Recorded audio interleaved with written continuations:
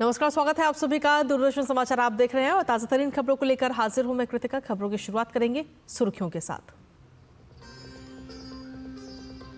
अब से थोड़ी देर में प्रधानमंत्री नरेंद्र मोदी सिलवासा में करीब 2,500 करोड़ रुपए की परियोजनाओं की करेंगे शुरुआत। सूरत में खाद्य सुरक्षा संतृप्ति अभियान का भी करेंगे शुभारंभ। उत्तर प्रदेश के मुख्यमंत्री योगी आदित्यनाथ ने बरसाना में रंगोत्सव 2025 का किया शुभारंभ। कहा, अयोध्या काशी के बाद अब मथुरा की है बारी।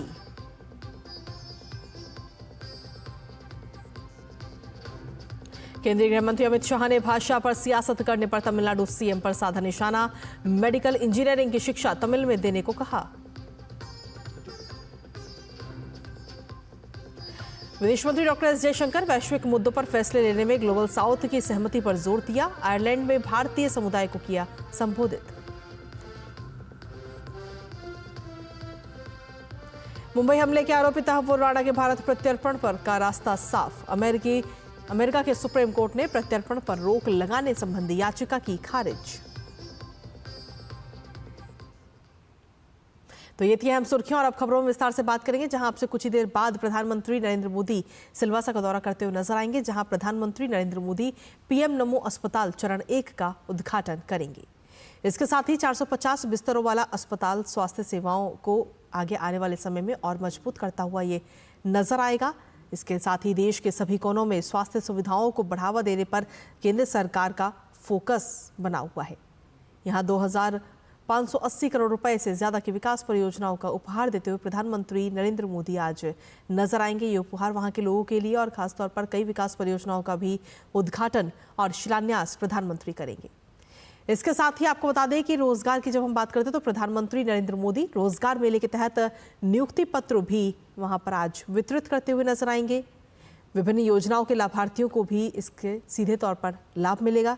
साथ ही पीएम आवास योजना शहरी के लाभार्थी इससे लाभान्वित होते हुए नजर आएंगे। इसके अलावा गिरादर्श आजीविका योजना के लाभार्थी भी लाभान्वित होंगे। सिलवन दीदी योजना के तहत लाभार्थियों को भी इससे लाभ मिलता हुआ नजर आएगा। दादरा नगर हवेली के सिलवासा में प्रधानमंत्री नमो हॉस्पिटल में सभी अत्याधुनिक सुविधाएं उपलब्ध कराई गई हैं। आइए आपको दिखाते हैं हमारे सहयोगी नीरज सिंह की ये खास रिपोर्ट। इस समय हम सिलवासा में स्थित नमो हॉस्पिटल में हैं। इस हॉस्पिटल में करीब 600 के करीब बेड हैं, तमाम तरह की अत्याधुनिक सुविधाएं हैं। इसके अलावा अगर ओटी की बात करी जाए, मॉड्यूलर ओटी जो अत्याधुनिक ओटी है, 6 के करीब ओटी अभी मौजूद हैं और सेकंड फेज में इन ओटियों की संख्या को बढ़ाकर 10 से 12 किया जाएगा और इसके अलावा बेडों की संख्या बढ़ाकर भी 1300 के करीब की जाएगी। इस ओटी को पूरी तरीके से कंट्रोल किया जा सकता है। आप यहाँ पर देखें कि जो लाइट है, कितनी लाइट रहेगी वो कंट्रोल हो सकती है। इसके अलावा टेम्परेचर कितना रहेगा वो यहाँ से कंट्रोल किया जा सकता है। इसके साथ अगर टेलीफोन से किसी को कनेक्ट करना है तो उसको भी यहाँ से कनेक्ट किया जा सकता है। अब हम आपको दिखाते हैं कि किस तरह की सुविधाएं यहाँ पर मौजूद हैं। आप देखें कि इसको ऑटोमेटिकली तरीके से ऑपरेट किया जा सकता है, यानी कि मैनुअली करने की जरूरत नहीं है। ये जो आप देख रहे हैं ओटी, ये आप देखिए कि ये रोबोटिक सिस्टम है, यानी कि यहाँ पर जो सर्जरी है वो रोबोटिक तरीके से भी की जा सकती है कि अगर आपके किसी हिस्से में सर्जरी करनी है तो यहाँ से उस हिस्से को पोजीशन को यहाँ पर फीड कर दिया जाएगा।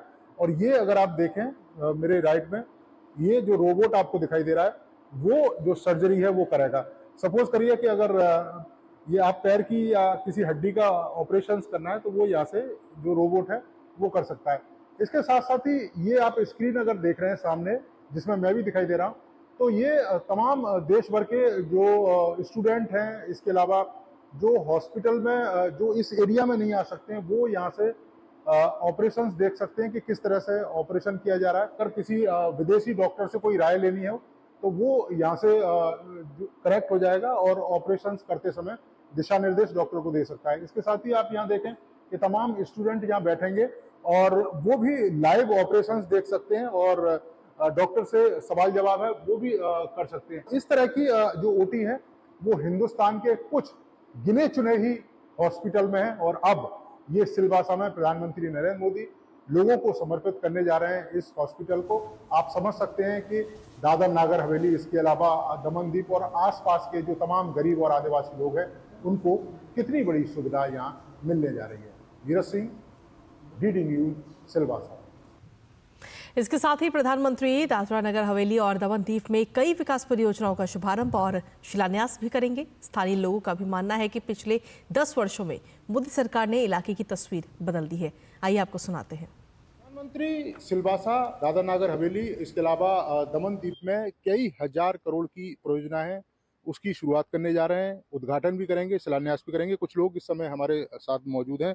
अच्छा सर, आप अगर पिछले 8-10 सालों में देखें दादर नागर हवेली और दमन दीप में कितना बदलाव आप देख रहे हैं? सारे अच्छे वातावरण यहाँ बनाए गए हैं जो बहुत पहले हम लोग इसको मिस करते थे। तो एक बदलाव यह है कि ईज ऑफ डूइंग बिजनेस, जो रेड टेपेज भी थी, आज रेड कारपेट इंडस्ट्री को मिल रही है। इससे बड़ी मुझे लगता है कि इंडस्ट्री को और कुछ नहीं चाहिए। एक अच्छा जमाना था यहाँ पर हम लोग कहते थे कि हमारा संघ प्रदेश जो है वो बाकी देश के देश से हम लोग करीबन 14 साल पीछे आजाद हुए, लेकिन आज समांतर हमें उतना न्याय दिया जा रहा है। आज जो विकास है वो पूरे भारत में जैसे विकास चल रहा है उस समान रूप से हमारे यहाँ उसी तौर पर विकास चल रहा है। और मेडिकल कॉलेज, इंजीनियरिंग कॉलेज, शिक्षा में जो क्रांति यहाँ पर जो हमारे यशस्वी प्रधानमंत्री जी जो यहाँ पर लाए, हमारे प्रशासक माननीय प्रफुल्ल भाई पटेल जी के यहाँ पर नेतृत्व में जो काम हो रहा है वो काम काबिले तारीफ है। जैसे महिलाओं को हमारे क्षेत्र में बात की जाए तो उनका जो विजन रहा है वुमेन एम्पावरमेंट का और महिलाओं को आत्मनिर्भर बनाने का, तो हमारे यहाँ टोटल 296 जितनी एसएचजी ग्रुप्स है और 15 जितनी सिल्वन दीदी जो है जो आत्मनिर्भर बनते हुए खुद का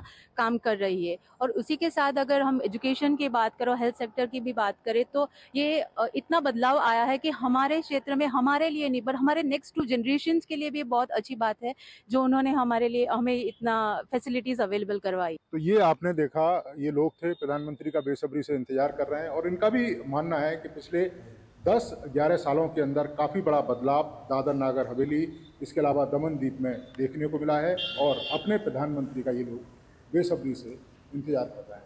नीरज सिंह, डीडी न्यूज़, दादर नागर हवेली।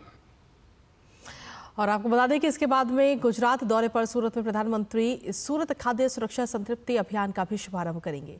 सूरत में लगभग 2 लाख लाभार्थियों को प्रधानमंत्री गरीब कल्याण अन्न योजना के तहत लाभ मिलेगा। सूरत में एक जनसभा को संबोधित भी करेंगे और इस आयोजन के लिए एक भव्य गुंबद बनाया गया है और साथ ही उसकी सजावट भी की गई है। इसके बाद में कल पीएम मोदी नवसारी में अंतर्राष्ट्रीय महिला दिवस पर लखपति दीदी सम्मेलन में भाग लेंगे। प्रधानमंत्री 25,000 से ज्यादा स्वयं सहायता समूहों की 2.5 लाख महिलाओं को 450 करोड़ रुपए से ज्यादा की सहायता राशि भी प्रदान करेंगे। और अब बात उत्तर प्रदेश की, जहां मुख्यमंत्री योगी आदित्यनाथ ने मथुरा के बरसाना में रंगोत्सव 2025 की आज शुरुआत की और इस मौके पर सीएम योगी ने समस्त देशवासियों को होली उत्सव की शुभकामनाएं दी हैं। साथ ही उन्होंने होली का निमंत्रण भी दिया।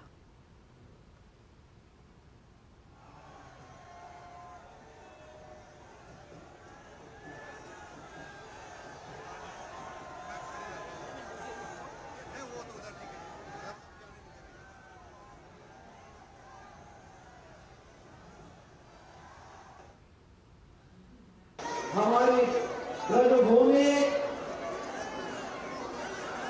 भारत के सनातन धर्म की अत्यंत श्रद्धा की भूमि है और मेरा सौभाग्य है कि आज जब बरसाना की लट्टूमार होली है, यानी होली का आमंत्रण देने किया पावन दिवस, तो मैं आज आपके माध्यम से प्रदेश और देशवासियों की होली का आमंत्रण देने के लिए आया हूं यहाँ पे। आप सभी को होली की अपनी हृदय से बधाई और मंगलमय शुभकामनाएं।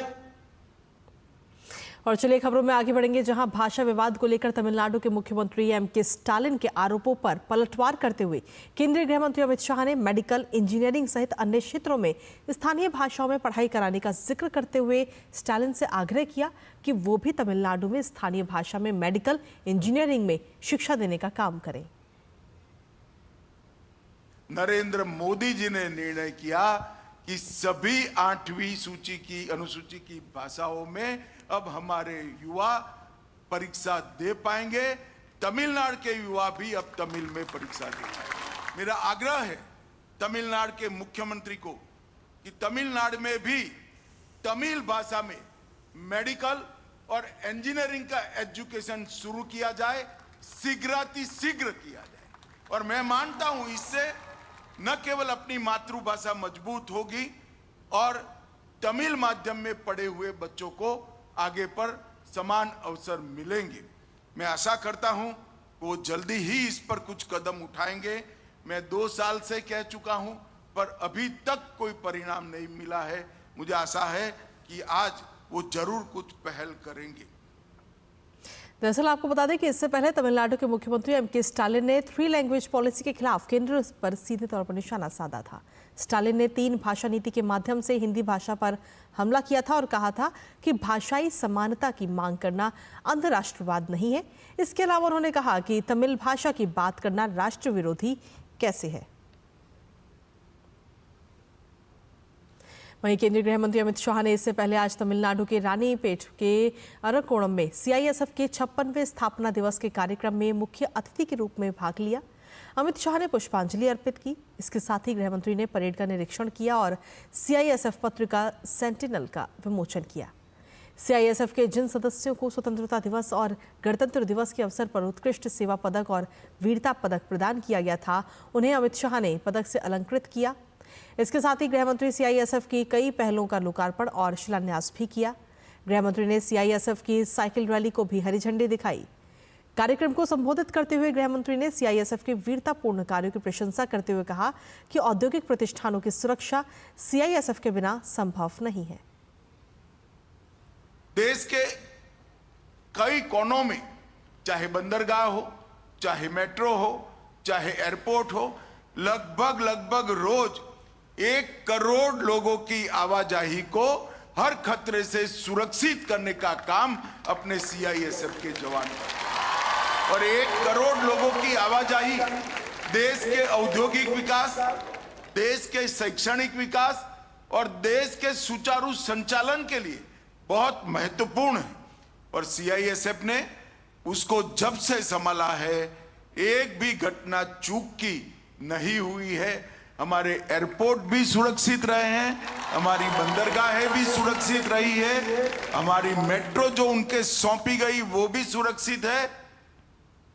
वहीं दिल्ली में बांग्लादेशी और रोहिंग्या घुसपैठियों के खिलाफ कार्रवाई लगातार जारी है। पुलिस ने कालीबारी जीजे कॉलोनी इलाके में रह रहे अवैध बांग्लादेशी प्रवासियों की पहचान के लिए सत्यापन अभियान चलाया और इस दौरान पुलिस ने यहां रह रहे लोगों के पहचान प्रमाण पत्र व अन्य दस्तावेज देखे, साथ ही पूछताछ भी की।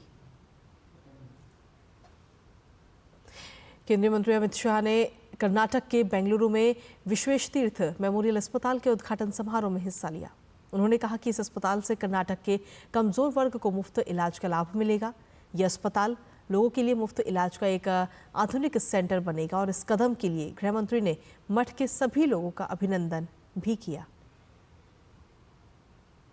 बेंगलोर में 2 एकड़ भूमि पर 60 करोड़ की लागत से 150 बेड की मल्टी स्पेशलिटी हॉस्पिटल के साथ अफोर्डेबल हेल्थ केयर का एक नया सेंटर बनेगा।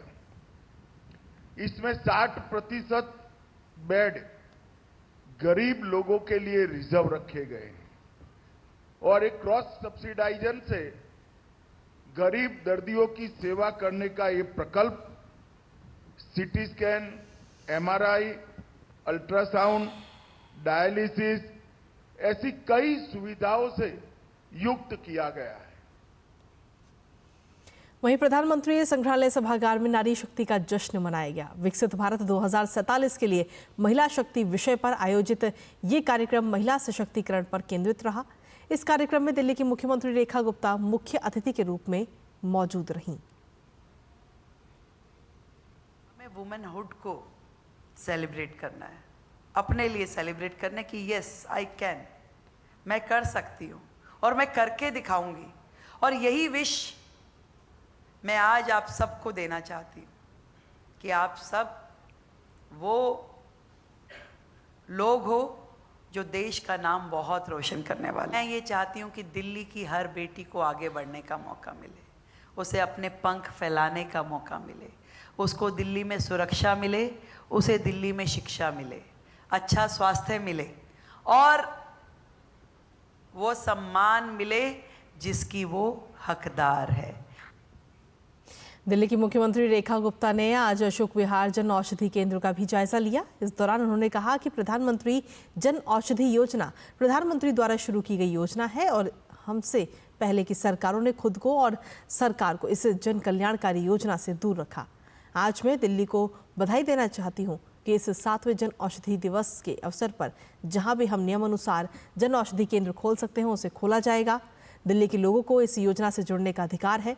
हम हाईकोर्ट के फैसले का पालन कर रहे हैं जिसमें कहा गया है कि हर अस्पताल के 500 मीटर के अंदर एक जन औषधि केंद्र होना चाहिए ताकि दिल्ली के लोगों को कम दामों पर अच्छी दवाइयां मिल सकें। दिल्ली की जनता का अधिकार है कि वो इस योजना से जुड़ पाए और मैं दिल्ली सरकार के प्रत्येक अस्पताल, हाई कोर्ट के रूलिंग जो कहती है कि अस्पताल के 500 मीटर के दायरे में जरूर एक जन औषधि केंद्र होना चाहिए, हम उसको फॉलो करते हुए जहां जहां हमारे अस्पतालों के नज़दीक हम इन्हें खुलवाने में मदद कर सकते हैं हम वो करेंगे। अपनी जो मेडिसिन सिस्टम है उसको जन औषधि योजना के साथ जोड़ेंगे ताकि दिल्ली की जनता को कम मूल्यों में अच्छी दवाइयां, उचित दवाइयां उन्हें मिल सके। मुंबई आतंकवादी हमले के आरोपी तहव्वुर राणा ने भारत प्रत्यर्पण पर रोक लगाने के अनुरोध वाली याचिका अमेरिकी सुप्रीम कोर्ट द्वारा खारिज किए जाने के बाद मुख्य न्यायाधीश जॉन रॉबर्ट्स के समक्ष एक नई अर्जी दाखिल की है। पाकिस्तानी मूल का कनाडाई नागरिक तहव्वुर राणा वर्तमान में लॉस एंजल्स के मेट्रोपॉलिटन डिटेंशन सेंटर में बंद है। तहव्वुर राणा ने 27 फरवरी को अमेरिका की शीर्ष अदालत के एसोसिएट जस्टिस और 9वें सर्किट की सर्किट जस्टिस एलेना कागन के समक्ष बंदी प्रत्यक्षीकरण याचिका के लंबित मुकदमे पर रोक लगाने के लिए आपात आवेदन प्रस्तुत किया था। राणा के वकीलों की ओर से बृहस्पतिवार को दायर की गई अर्जी के अनुसार तहव्वुर राणा ने पहले न्यायमूर्ति कागन के समक्ष पेश बंदी प्रत्यक्षीकरण याचिका के लंबित मुकदमे पर रोक लगाने संबंधी अपनी आपात अर्जी अब नवीनीकृत की है और अनुरोध करते हैं कि नवीनीकृत अर्जी मुख्य न्यायाधीश रॉबर्ट्स के समक्ष पेश की जाए। अपनी आपात अर्जी में तहव्वुर राणा ने 13 फरवरी की याचिका के गुण दोष के आधार पर अपने प्रत्यर्पण और मुकदमा लंबित रहने तक भारत के समक्ष आत्मसमर्पण करने पर रोक लगाने की मांग की थी। जनवरी में अमेरिका के उच्चतम न्यायालय ने राणा की याचिका खारिज कर दी थी और उसके प्रत्यर्पण को मंजूरी दे दी थी। आरजेडी नेता तेजस्वी यादव द्वारा बिहार के मुख्यमंत्री नीतीश कुमार की उम्र को लेकर की गई टिप्पणी पर केंद्रीय मंत्री जीतन राम मांझी ने पलटवार किया। उन्होंने कहा कि तेजस्वी यादव देश में अकेले युवा नहीं है और खुद को युवा कहने वाले तेजस्वी यादव में कोई क्षमता नहीं है। देखिए, जहाँ तक उम्र का सवाल है, राजनीति में जितना उम्रदराज होते हैं उतना ही परिपक्व होते हैं और युवा का जहाँ तक सवाल है, युवा में एक शक्ति है और हर तरह से सक्षम हो सकते हैं, लेकिन अपने को युवा मान करके और सशक्त समझ करके तेजस्वी जो बोल रहे हैं, हम समझते हैं कि इनमें कोई क्षमता नहीं है। युवा के नाम पर अगर करना वो चाहते हैं तो युवा एक वो ही हैं क्या? आयरलैंड के दौरे पर गए विदेश मंत्री डॉक्टर एस जयशंकर आज अपने समकक्ष साइमन हैरिस के साथ द्विपक्षीय वार्ता करेंगे और इसके अलावा वो उत्तरी आयरलैंड के बेलफास्ट में नए भारतीय वाणिज्य दूतावास का भी उद्घाटन करेंगे। नए वाणिज्य दूतावास के खुलने से दोनों देशों के बीच व्यापारिक साझेदारी बढ़ेगी। कल डॉक्टर एस जयशंकर अपने दो देशों के दूसरे चरण में कल आयरलैंड की राजधानी डबलिन पहुंचेंगे। उन्होंने आयरलैंड के राष्ट्रपति माइकल डी हिंगिस से भी मुलाकात की। दोनों नेताओं के बीच वैश्विक मुद्दों पर चर्चा हुई। डॉक्टर एस जयशंकर ने राष्ट्रपति हिंगिस के समकालीन विश्व के विकास संबंधी वाद विवाद पर उनके विचारों की सराहना की। साथ ही उन्होंने राष्ट्रपति को राष्ट्रवाद को मजबूत करने में संस्कृति की भूमिका के बारे में बताया। इसके अलावा विदेश मंत्री ने राष्ट्रपति द्रौपदी मुर्मू के शुभकामना संदेश को राष्ट्रपति हिंगिस तक पहुंचाया। वहीं विदेश मंत्री डॉक्टर एस जयशंकर ने कहा कि वैश्विक मुद्दों पर फैसले लेने में ग्लोबल साउथ की सहमति लेना जरूरी है। ग्लोबल साउथ के लिए भारत के विजन की चर्चा करते हुए उन्होंने कहा कि ग्लोबल साउथ में सहयोग और एकजुटता को बढ़ावा देने के लिए भारत की प्रतिबद्धता जताई। विदेश मंत्री डॉक्टर एस जयशंकर आयरलैंड के दौरे पर डबलिन में यूनिवर्सिटी कॉलेज डबलिन में अपने विचार साझा कर रहे थे। When we speak today in India about the concerns of the global south, our expectation is that Ireland, more than many others in this part of the world, will display an understanding and support. We are two countries who do believe in the need for a world order, in respect for international law, and we do value international regimes and cooperation. In India, we speak of Vasudhaiva Kutumbakam, that is, the world is a family, which is very much a sort of a tradition. It encapsulates the fundamental openness of our society. अमेरिकी राष्ट्रपति Donald Trump ने Mexico से आयातित अधिकांश वस्तुओं पर 25% शुल्क और कनाडा से आयातित कुछ वस्तुओं पर टैरिफ को 1 महीने के लिए स्थगित कर दिया गया है। ये निर्णय मेक्सिको के राष्ट्रपति के साथ वार्ता के बाद लिया गया। ट्रंप की ये घोषणा वाणिज्य मंत्री हावर्ड लुटनिक के उस बयान के बाद आई जिसमें उन्होंने कहा था कि कनाडा और मेक्सिको पर लगाए जाने वाले शुल्क संभावित रूप से टाले जा सकते हैं। ये दूसरी बार है जब ट्रंप ने फरवरी की शुरुआत में आयात पर अतिरिक्त शुल्क लगाने की घोषणा के बाद 1 महीने की देरी की है। ये राहत उन वस्तुओं पर लागू होगी जो ट्रंप द्वारा कनाडा और मेक्सिको के साथ पहले कार्यकाल में किए गए व्यापार समझौते के अनुरूप है। कनाडा के प्रधानमंत्री जस्टिन ट्रूडो ने ट्रंप प्रशासन के टैरिफ 1 माह तक स्थगित करने के कदम को उम्मीद की किरण तो बताया, लेकिन साथ ही कहा कि इसका मतलब है कि शुल्क अभी भी लागू है और इसलिए हमारा जवाबी कदम जारी रहेगा। अमेरिका और यूक्रेन के बीच रूस यूक्रेन संघर्ष को खत्म करने को लेकर अगले सप्ताह सऊदी अरब में वार्ता होगी। यूक्रेन के राष्ट्रपति वोलोदिमीर जेलेंस्की ने कहा कि वो अगले सोमवार को सऊदी अरब के लिए यात्रा करेंगे और उनकी टीम वहां अमेरिकी अधिकारियों के साथ शांति वार्ता में हिस्सा लेगी। जेलेंस्की ने शांति वार्ता के सार्थक होने की उम्मीद जताई। साथ ही राष्ट्रपति जेलेंस्की ने सऊदी अरब के क्राउन प्रिंस से भी मुलाकात करेंगे। जेलेंस्की खाड़ी देश में होंगे और लेकिन इस बातचीत में शामिल नहीं होंगे। साथ ही उन्होंने कहा कि यूक्रेन जल्द से जल्द स्थायी शांति के लिए काम कर रहा है। इसके साथ ही अमेरिकी राष्ट्रपति डोनाल्ड ट्रंप के विशेष दूत स्टीव विटकॉफ ने कहा कि अमेरिकी टीम रूस यूक्रेन युद्ध को खत्म करने के लिए शांति की रूपरेखा पर चर्चा करना चाहती है। इसी बीच अमेरिकी राष्ट्रपति ट्रंप ने कहा कि वो संभवतः अपनी पहली विदेश यात्रा पर सऊदी अरब जाएंगे, जहां वो $1 ट्रिलियन से अधिक के निवेश समझौते पर हस्ताक्षर करेंगे। इस समझौते में सैन्य उपकरणों की खरीद भी शामिल है। अमेरिका में एक संघीय न्यायाधीश ने ट्रंप सरकार को यूएसएड और विदेश विभाग के साझेदारों को $2 अरब का भुगतान करने के लिए सोमवार तक का समय दिया है। कल आए इस फैसले के साथ ही ट्रंप प्रशासन की ओर से विदेशी सहायता पर लगाई गई 6 सप्ताह की रोक भी खत्म हो गई है। ये फैसला ट्रंप सरकार के लिए एक बड़ी चुनौती साबित हो सकता है।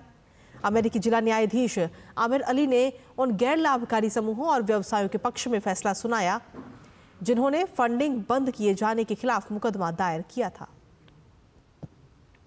वहीं डबल निमोनिया से जूझ रहे पोप फ्रांसिस ने एक ऑडियो संदेश जारी करके लोगों का उनकी प्रार्थनाओं के लिए दिल से आभार व्यक्त किया है। पिछले 3 सप्ताह से अस्पताल में भर्ती पोप फ्रांसिस बीमारी की वजह से काफी कमजोर हो गए हैं। कल प्रसारित उनका ये ऑडियो संदेश अस्पताल में भर्ती होने के बाद से पहला सार्वजनिक संबोधन है। पोप फ्रांसिस के संदेश को वेटिकन के सेंट पीटर्स स्क्वायर में पोप के लिए रात्रिकालीन प्रार्थना के दौरान सुनाया गया। पोप की हालत की स्थिरता को देखते हुए चिकित्सकों ने कहा कि उन्हें शनिवार तक कोई नई चिकित्सकीय जानकारी देने की उम्मीद नहीं है। वहीं चक्रवाती तूफान एल्फ्रेड ऑस्ट्रेलिया के दक्षिण पूर्व तट के नजदीक पहुंच गया है। ये तूफान ब्रिस्बेन और इसके आसपास के इलाकों से टकराएगा।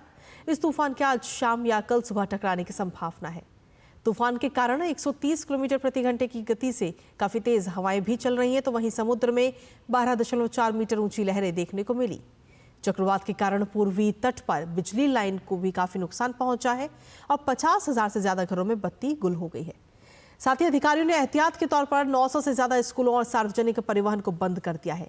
तूफान के कारण लोगों ने सुपरमार्केट से बड़ी मात्रा में सामान खरीदे और वहीं ऑस्ट्रेलिया की सरकार ने 3,10,000 सैंडबैग को आपातकालीन संसाधन के तौर पर जगह जगह पर रखा गया है। प्रधानमंत्री एंथनी अल्बनीज ने संघीय आपदा राहत कोष से मदद देने की भी बात कही। तो वहीं ब्रिस्बेन में चक्रवाती तूफान से काफी नुकसान होने की आशंका है। ब्रिस्बेन के लगभग 20,000 घर तूफान की जद में आ सकते हैं। वहीं न्यू साउथ वेल्स में नदियों का जलस्तर भी बढ़ रहा है और 14 समुदायों को सुरक्षित स्थान पर जाने के लिए कहा गया है। अर्थव्यवस्था के हाई फ्रीक्वेंसी इंडिकेटर के आधार पर चालू वित्त वर्ष की चौथी तिमाही यानी कि जनवरी से मार्च में भारत की जीडीपी वृद्धि में तेजी आने की उम्मीद है। बैंक ऑफ बड़ौदा की लेटेस्ट रिपोर्ट में ये जानकारी साझा की गई है। आपको बता दें कि इस रिपोर्ट के मुताबिक चौथी तिमाही में सुधार दर्शाने वाले सकारात्मक संकेतकों में जीएसटी कलेक्शन, ई वे बिल जनरेशन में वृद्धि शामिल है। जीएसटी कलेक्शन जनवरी फरवरी 2025 में औसतन 3.8 लाख करोड़ रुपए रहा, जो पिछले वर्ष समान अवधि में 3.4 लाख करोड़ रुपए था। ई वे बिल जनरेशन जनवरी 2025 में 23.1% हो गया, जबकि जनवरी 2024 में 16.4% और वित्त वर्ष 2025 की तीसरी तिमाही में 16.9% था।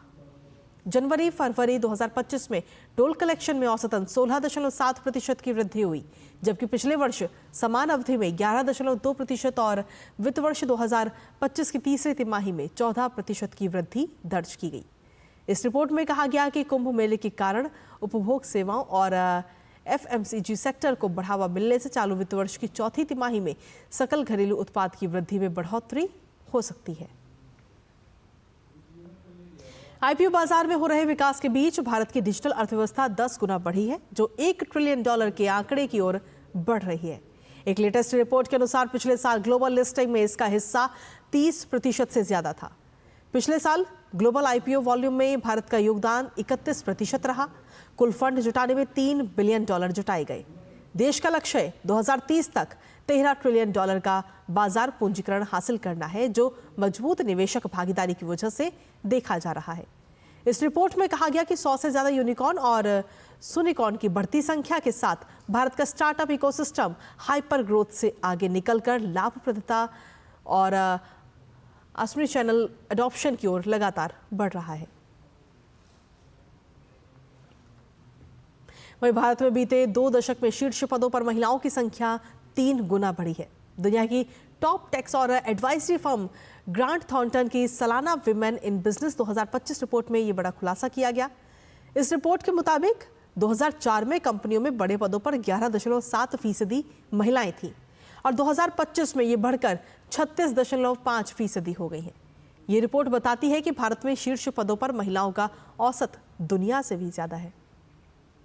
तो वहीं जॉब और प्रोफेशनल नेटवर्किंग प्लेटफॉर्म अपना.com के मुताबिक भारत के टियर 2 और टियर 3 शहरों में कार्यबल में महिलाओं की भागीदारी तेजी से बढ़ रही है। साथ ही छोटे शहरों में महिलाओं के वेतन में बीते 3 वर्षों में 34% का इजाफा हुआ।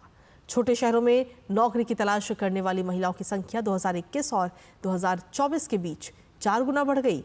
इन क्षेत्रों में नौकरी के आवेदन भी 3 गुना बढ़ गए, जो 2024 में 1.28 करोड़ तक पहुंच गए।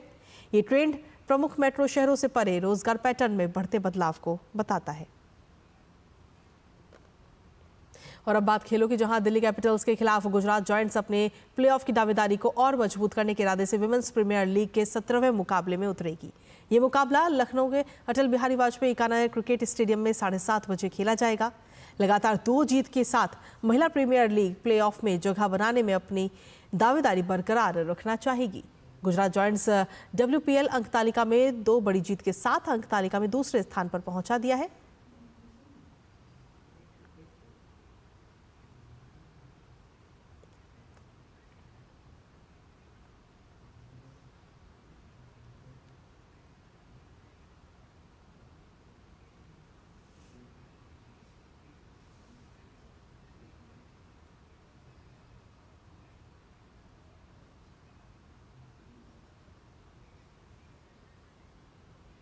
और इसके साथ ही आपको बता दें कि प्रधानमंत्री नरेंद्र मोदी सिलवासा पहुंच चुके हैं, जहां उन्होंने नमो हॉस्पिटल का उद्घाटन किया और अस्पताल का जायजा लिया और उस दौरान की ये तस्वीरें आपके साथ साझा कर रहे हैं।